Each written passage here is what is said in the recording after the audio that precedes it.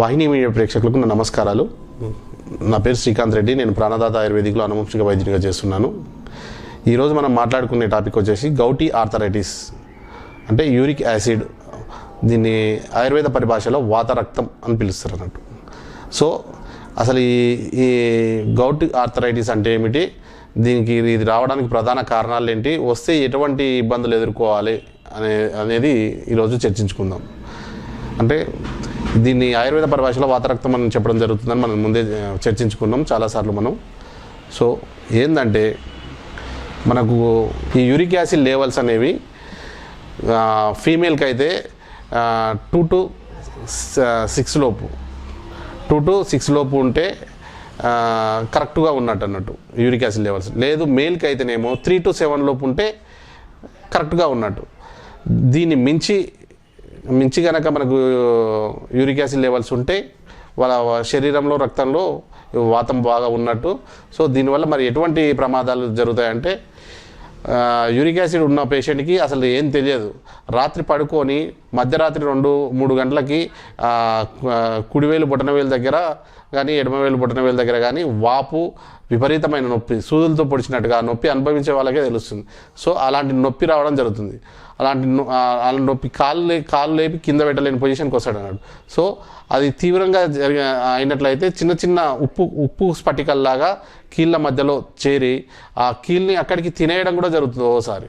So దాని తీవ్రతను బట్టి, అంటే మనం దాన్ని నిర్లక్ష్యం చేసినట్లయితే ప్రతి కీలుకు అలా జరిగి కదలలేని పొజిషన్కి వస్తాడు అన్నట్టు. సో మరి అలాంటి యూరిక్ యాసిడ్ రావడానికి ప్రధాన కారణాలు ఏంటంటే ఆహార విహారాలు.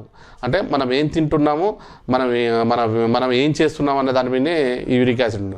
ఒకప్పుడు ఇది ధనవంతులకు వచ్చే వ్యాధిగా, సంపన్నులకు వచ్చే వ్యాధిగా చెప్పడం జరిగింది.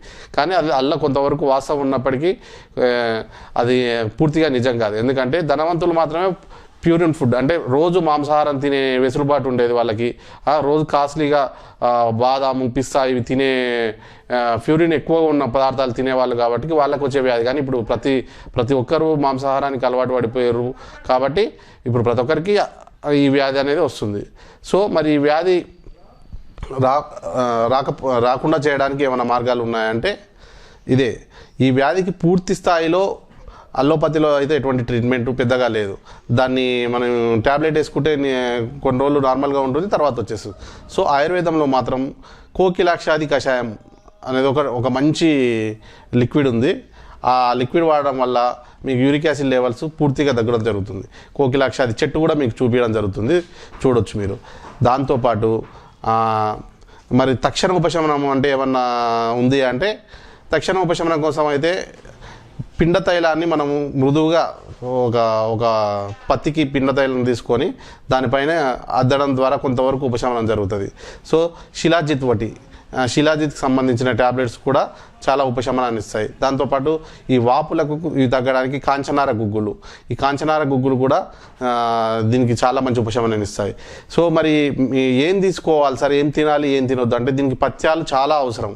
మీరు రెడ్ మీట్, సముద్ర జలాచర జీవులు, ఎటువంటి జలాచర జీవులు తిన్నా, సముద్ర జలాచర జీవులు తిన్నా, రెడ్ మీట్ తీసుకున్నా, అధికంగా పప్పు ధాన్యాలు తీసుకున్నా దీని కంపల్సరీ యూరిక్ యాసిడ్ అనేది పెరిగిపోతుంది. సో మరి ఏం తీసుకోవాలి సార్ అంటే ఆకుకూరల్లో కూడా పాలకూర తినొద్దు, మిగతా ఆకుకూరలు తినొచ్చు.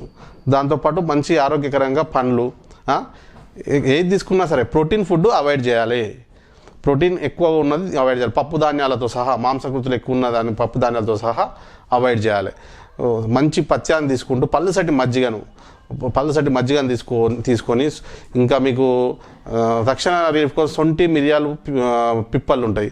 ఈ మూడిని సమభాగాలు కలుపుకొని ఒక చిటికెడు మన మజ్జిగలో వేసుకొని, పల్సటి మజ్జిగ, వెన్న తీసిన మజ్జిగలో వేసుకొని తాగడం వల్ల కూడా ఉపశమనం జరుగుతుంది.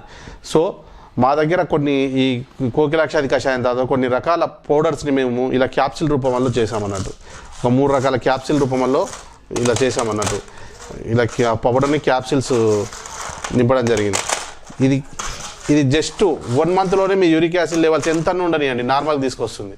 3 months మీరు వాడి మీరు 10 సంవత్సరాల తర్వాత చెక్ చేయించుకున్నా మీ యూరిక్ యాసిడ్ లెవెల్స్ పెరగవు. దీనికి నేను గ్యారంటీ. కానీ పత్యాలు కంపల్సరీ. అంటే ఎక్కువ ఫ్యూరిన్ ఉన్న ఫుడ్ మాత్రం బంద్ చేయాలి. మీరు 90 రోజుల కోర్స్ మాత్రమే, నెల రోజుల్లో నార్మల్ అయిపోతుంది. 90 రోజుల కోర్స్ ద్వారా మీరు ఒక 10 నుంచి 15 సంవత్సరాల వరకు మీకు యూరిక్ యాసిడ్ పెరగదు, ఇది మాత్రం గ్యారంటీ. సో మీరు యూరిక్ యాసిడ్కు మేము ఎంత మెడిసిన్ ఇచ్చినా మీరు చేసే పథ్యాల మీద కూడా చాలా వరకు ఆధారపడి ఉంటుంది. సో ఎవరైనా యూరిక్ యాసిడ్ ఈ ప్రాబ్లం తోటి బాధపడే వాళ్ళు తప్పకుండా మన దగ్గరకు వచ్చి ఉపశమనం పొందాల్సిందిగా కోరుకుంటున్నాను. ధన్యవాదాలు.